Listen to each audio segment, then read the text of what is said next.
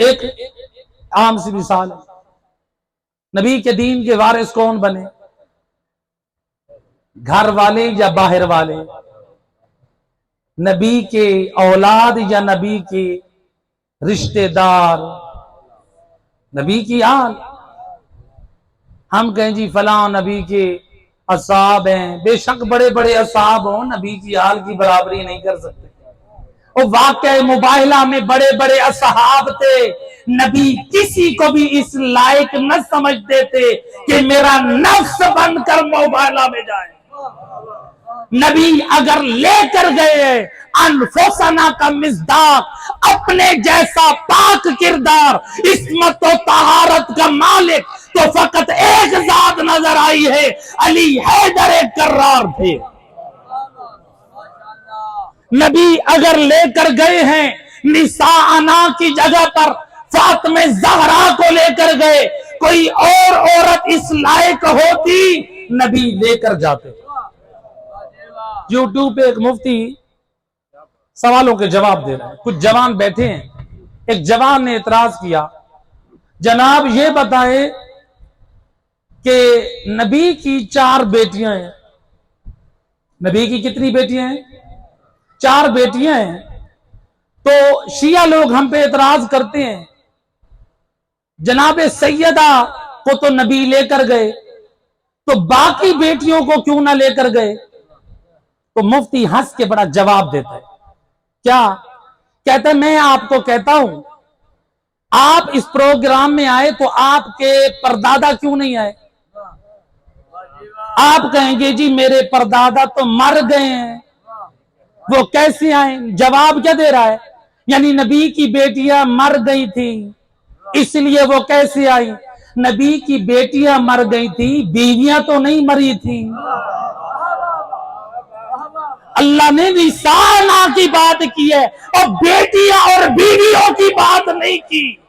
اگر بیٹیاں نہیں تھی نساء میں بیویاں تو آ سکتی تھی، گویا نبی فقط زہرا کو لے کر گئے، بتا دیا عصمت و طہارت کی اگر ملکہ میرے ساتھ جا سکتی ہے فقط زہرا جا سکتی ہے۔ صلوات پڑھ دے محمد و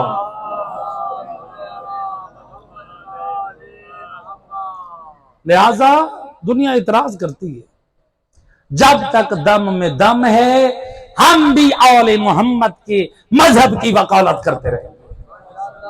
ایک مل کے صلوات پڑھے محمد و اہل بیت۔ ماشاءاللہ ذاکرین بھی آ چکے، اپنی وہ ڈیوٹی انجام دیں گے، بس مختصر آئیں۔ میرا ایک طریقہ ہے، پہلے میں شان بیان کرتا ہوں پھر میں فرمان۔ ماشاءاللہ شان آپ نے خوب انداز سے سنی، اب کچھ فرمان سن لیں۔ ایک صلوات پڑھے محمد و آل محمد کی۔ مجھ سے پہلے والے ایک ذاکر صاحب بھی پڑھ رہے تھے نبی کی نماز اور حسین کا پشت پہ آنا، آپ نے بڑے خوب انداز سے سنا، لیکن میں بھی اس میں ایک پیغام دینا چاہتا ہوں۔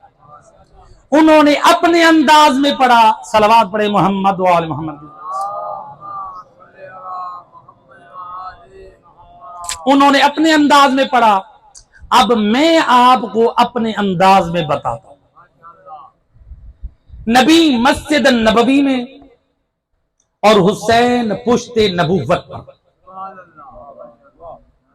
مساجد میں سے افضل مسجد کعبہ کے بعد مسجد النبوی، نمازیوں میں سے افضل ہستی سید الرسل، نماز کے ارکان میں سے افضل رکن سجدہ، افضل نمازی، افضل رکن، افضل مساجد میں سے افضل مسجد، اور نبی کی پیٹھ پر سوار ہوا نبی کے دین کا وارث حسین۔ روایت کہتی ہے جبرائیل امین نازل ہوئے، یا رسول اللہ تسبیح بڑھا دیجئے۔ بعض روایتوں کے مطابق نبی نے 72 مرتبہ پڑھا سبحان ربی الاعلی و بحمدہ۔ آج حسین کی خاطر حسین رسول 72 مرتبہ تسبیح کو بڑھا رہے ہیں۔ کربلا میں حسین نے 72 تن دینے. اللہ اکبر. یا رسول اللہ نماز جاری رکھیں. بعض لوگ کہتے ہیں نماز نبی نے نماز روک دی. نماز نبی نے روکی نہیں. نماز روکتے حسین کی عظمت کم ہو جاتی. نبی نے نماز نہیں روکی. نماز روکنے کا مطلب نبی نے نماز توڑ دی. میں کہتا ہوں نہیں، نبی نے نماز توڑی نہیں، بلکہ تسبیح کا بڑھانا اس بات کی دلیل ہے. نبی نماز کے سجدے کو لمبا کر رہے ہیں. نبی نے سجدے کو کیوں لمبا کیا؟ اس لیے حسین پشت پہ سوار ہے. گویا رسول نمازیوں کو پیغام دے رہے ہیں، اے حسینیوں، رسول نمازیوں کو پیغام دے رہے ہیں، اے نمازیوں، اس وقت تک نماز قبول نہ ہوگی جب تک دل میں محبت حسین نہ ہوگی. یا علی، محبت حسین سجدوں کو لمبا کرواتی ہے، سجدوں کی قضا نہیں. حسین نے سجدہ چھوڑا نہیں، سجدے کی قضا نہیں کی، لمبا کر دیا. معلوم ہوا محبت حسین سجدہ گزار بناتی ہے، سجدوں کو لمبا کرواتی ہے. اور دوسرا پیغام کس کو دے دیا؟ یہ پہلا پیغام رسول نے دیا تھا نمازیوں کو، جو نماز تو پڑھتے ہیں لیکن حسین سے محبت نہیں رکھتے. دوسرا رسول نے پیغام دیا حسینیوں کو. پہلا پیغام نمازیوں کو، دوسرا پیغام حسینیوں کو. رسول نے پیغام دے دیا، او حسینیوں، محبت حسین سجدہ لمبا کرواتی ہے. لہذا دونوں چیزیں، اگر محبت حسین دل میں نہیں ہے وہ نماز بھی منہ پہ مار دی جائے گی. اور اگر حسین کی محبت ہے دل میں، وہ تقاضا کرتی ہے کہ تیری زندگی میں جہاں حسین ہے وہاں نماز بھی.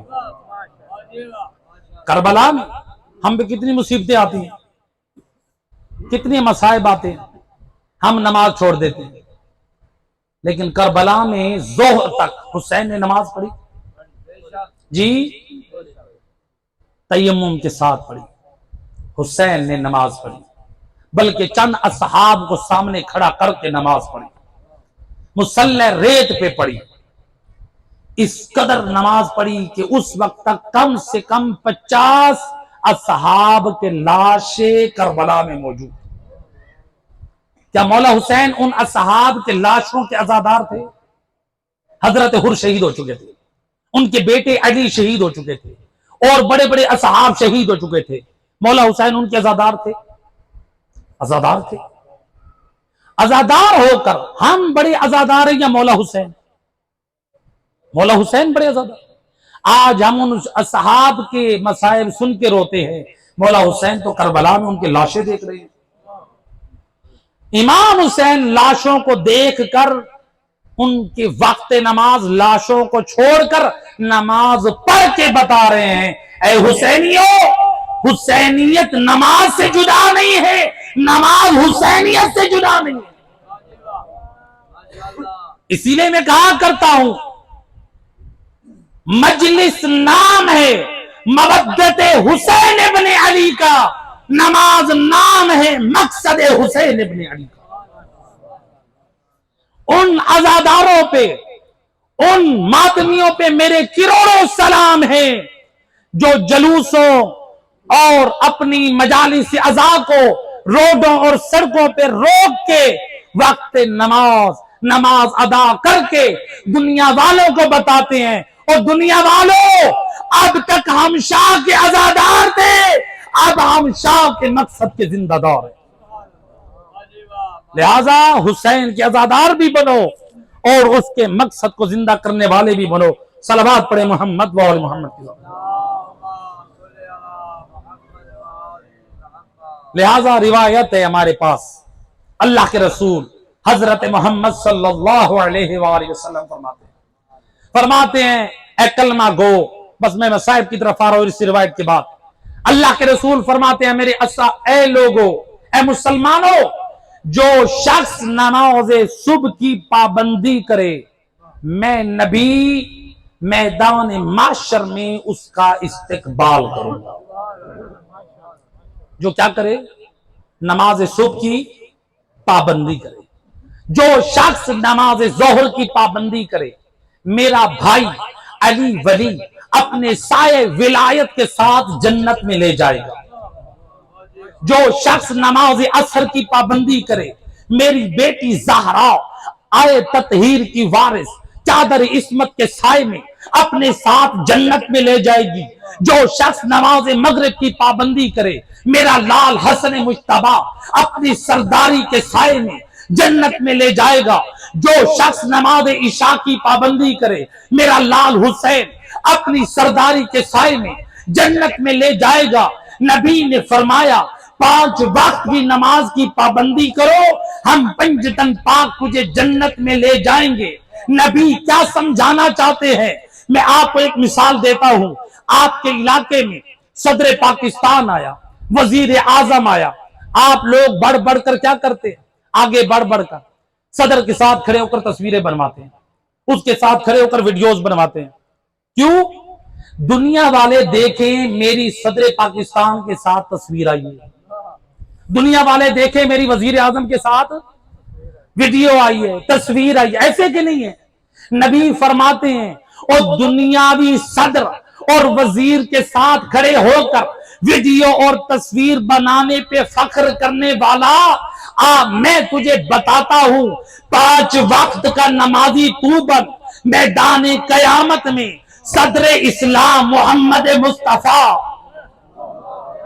وزیر اعظم علی مرتضی، نعرہ تکبیر، اللہ میں بھی ہاتھ کھولتے بلند کر کے نعرہ تکبیر، نعرہ رسالت، حیدر مولا حیدر طاہر داد کی حیدر دادو یا بلند کر کے نعرہ حیدری یا علی کیا بات ہے، سلامت رہے۔ صدر اسلام محمد مصطفیٰ، وزیر اعظم علی مرتضی اور سیدۃ النساء العالمین فاطمۃ الزہرا، جوانان جنت کے سردار الحسن والحسین، سیدہ شباب اہل الجنہ، ہم پنجتن پاک اپنے سائے نبوت میں، اپنے سائے ولایت میں، اپنے سائے عصمت میں، اپنی سائے سرداری میں لے کر جب جنت کی طرف جا رہے ہوں گے تو میدان معاشر میں لوگ پوچھیں گے یہ کون خوش نصیب ہیں، نورانی چہرے والے اور جن کا استقبال پنجتن پاک کر کے جنت لے کے جا رہے ہیں، یا ملائکہ آواز دیں گے یہ پنجتن پاک کے حوبدار 5 وقت کے نمازی ہیں۔ 5 وقت کا نمازی بن، پھر دیکھ پنجتن پاک تیرا کیسا استقبال کرتا ہے۔ نمازی بن۔ حسین نے کربلا میں نماز نہیں چھوڑی، اور حسین کی نماز سے اگلی نماز زینب کی ہے۔ حسین کی نماز ایک نماز روز عاشور جو ظہر کی ہے، آگے اصحاب وہ اشاروں سے نماز پڑھ رہے ہیں، حسین نماز با جماعت پڑھ رہا ہے، حسین کے پیچھے اصحاب پڑھ رہے ہیں۔ یہ پہلی نماز حسین کی، تیر و تلوار کے سائے میں، اجرکم علی اللہ زیادہ۔ دوسری نماز کب ہے؟ جب زہرا کا لال حسین جب زین ذوالجنا سے زمین پر آ چکا، حسین سجدے میں، اجرکم علی اللہ زیادہ۔ روایت کہتی ہے میں ایک ایک حرف کا ذمہ دار ہوں۔ شمر لعین آگے بڑھا، جنگی لباس ہے، جنگی لباس اس نے پہنا ہوا ہے۔ علامہ کاشی النجفی اپنی کتاب میں نقل کرتے ہیں اس شمر نے جو جنگی لباس پہنا ہے، اس نے اس جنگی لباس میں لوہے کا بوٹ پہنا ہے، جو اس کے جوتوں میں خاردار نیچے کی طرف سے خاردار لوہے کی کیل لگے ہوئے ہیں. یہ ملعون حسین ابن علی کے سینے پہ چڑھ بیٹھا. اجرکم علی اللہ عزادارو بڑی سخت روایت ہے. وَشِمْرْ جَالِسٌ عَلَىٰ صَدْرِ الْحُسَيْنِ، شمر حسین کے سینے پہ چڑھ بیٹھا. کیا کیا اس ملعون نے؟ دوسری جسارت کیا کی؟ وَأَخَذَ لَحْيَتَهُ، اس ملعون نے حسین مظلوم کی ریش مبارک کو پکڑا. فقط یہاں تک جسارت نہ کی، روایت کہتی ہے وَلَطَمَ عَلَىٰ خَدِّ الْحُسَيْنِ، اور ان رخساروں پہ جسارت کی. اور جہاں مصطفیٰ بوسے دیا کرتے تھے، اور جہاں زہرا بوسے دیا کرتی تھی. اجرکم علی اللہ عزادارو روایت کہتی ہے، یہ شمر لعین کہتا ہے حسین تیری کوئی آخری تمنا ہو تو بتا. سنو گے عزادارو، میرے مولا حسین نے کون سی اپنی خواہش کا ظاہر کیا؟ مولا حسین نے یہ نہیں کہا اور مجھے میرا کریل جواہر اور مجھے اکبر کی لاش پہ جانے دے، اور میرے بھیا عباس اور میرے فرات کے قریب سویا ہے اور مجھے عباس کے لاشے پہ جانے دے، اور مجھے بہنوں اور بیٹیوں کا پردہ. ہائے اجرکم علی اللہ عزادارو، حسین فرماتے ہیں اے شمار اگر مہلت دیتا ہے مجھے اتنی دے اور میں اپنے رب کی بارگاہ میں 2 رکعت نماز ادا کروں. اور روایت کہتی ہے فَتَيَمَّمَتْ عَلَىٰ عَرْضِ کربلا، حسین نے کربلا کی ریت پر تیمم کیا. اے حسین کے بدن میں طاقت نہیں ہے. اے بیٹھی ہوئی حالت میں حسین نے نماز شروع کی. اے نماز کا سجدہ، اے پسے گردان، اے شمر لعین کا خود خنجر چل رہا ہے. یا صدر قدم پر زینب عالیہ اور دیکھ کے کہہ رہی ہے ابن سعد انت تنظر ویبدل ابو عبداللہ، اے پسر سعد اور تو کھڑا تماشا دیکھ رہا ہے اور میرا ماں جایا حسین مارا جا رہا ہے. جب اس ملعون نے توجہ نہ کی، اب بی بی نے کیا کیا؟ اشقیاء کی طرف رخ کیا. اما فیکم مسلم، اور تم میں میرے نانا کا کلمہ پڑھنے والا کوئی نہیں ہے، اور حسین مارا جا رہا ہے اور کوئی روکنے والا نہیں. اجرکم علی اللہ. ہے یہ دوسری نماز.